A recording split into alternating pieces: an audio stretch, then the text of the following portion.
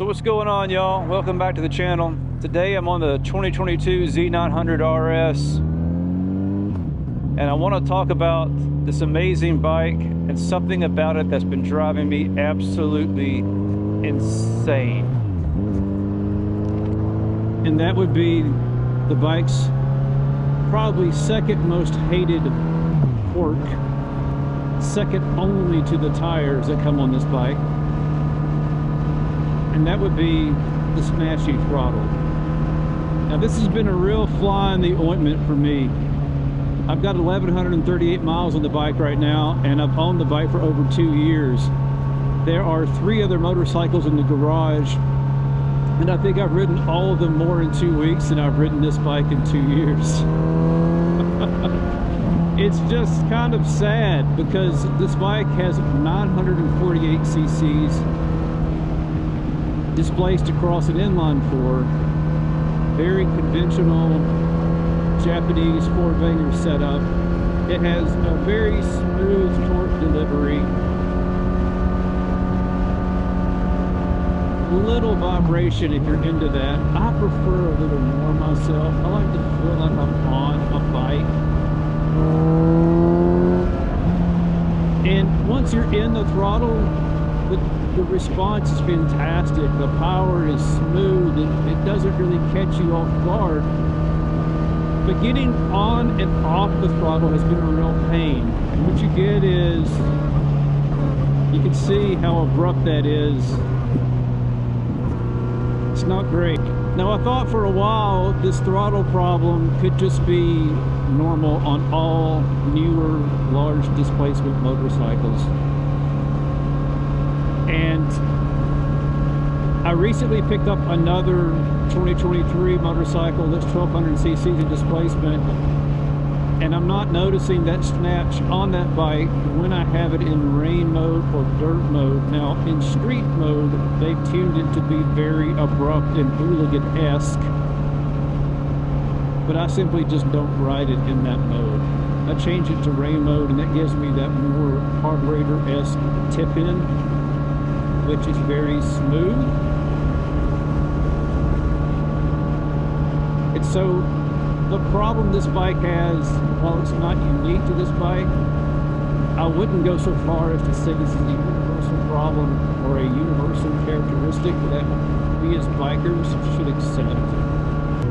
After reading all of the Z900 forums and Reddit and using Google and Gemini and ChatGPT and all of the resources available to me, I have concluded there are 3 ways to address the snatchy throttle on this bike, ranging from cheapest to most expensive.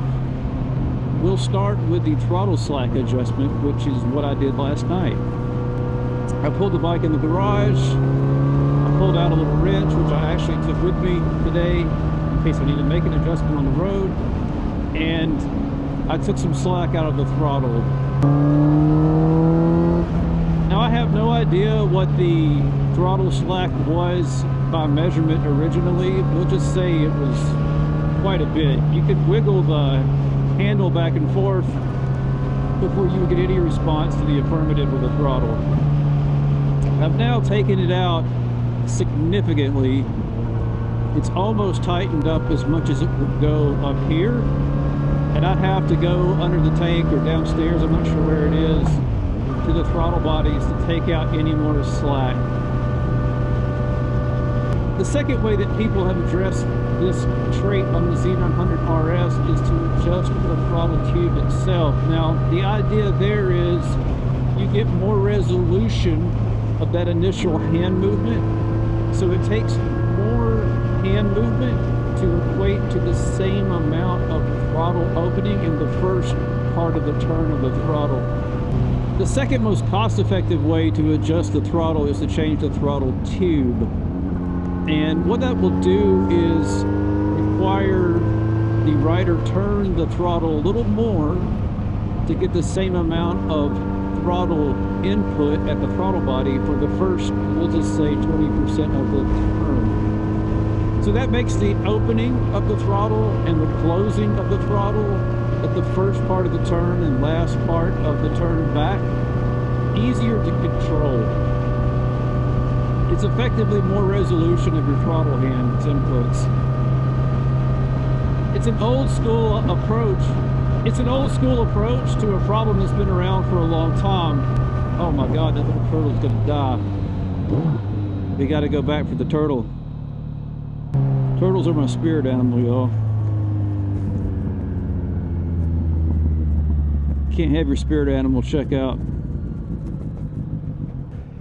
I'd take you home if I could, but there's not enough room for you in the tank bag. What's up, fella? Carry on, wayward son.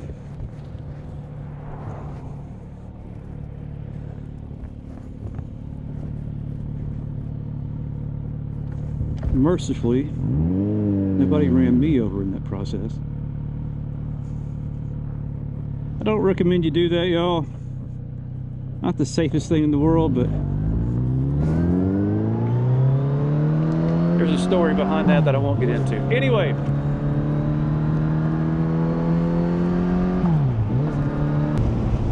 the third way to deal with throttle snatchiness, as I've alluded to, is flashing the ECU. So, what little I know about ECU tuning, Kawasaki has dialed in effectively a complete throttle shut at the end of the throttle right there. So when you open and close it, it makes it abrupt. And I'm probably dumbing that down into layman's terms and probably butchering that concept. So if you are a tuner and you want to tell me what's up, put it in the comments. We all want to hear about it. But that's about $350 here in the United States to send your ECU off. If this is your only bike, you're going to be down for at least a week, give or take. And you're committed. You've altered the bike's tuning at that point, and you can go back to the factory setup with another trip to the tuner.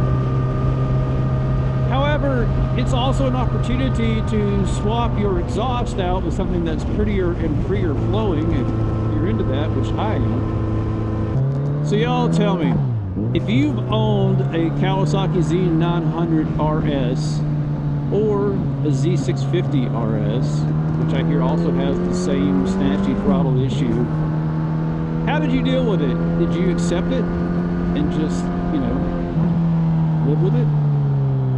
Have you even noticed it at all? If you did try to get rid of it, how did you do it, and were you successful? I want to know, y'all. Put it in the comments, because I'm really on the bubble right now about keeping this bike. I'm also really on the bubble about going on this road any more than I'm already going down it. I was hoping to find a spot, but these dogs down here are not looking too happy.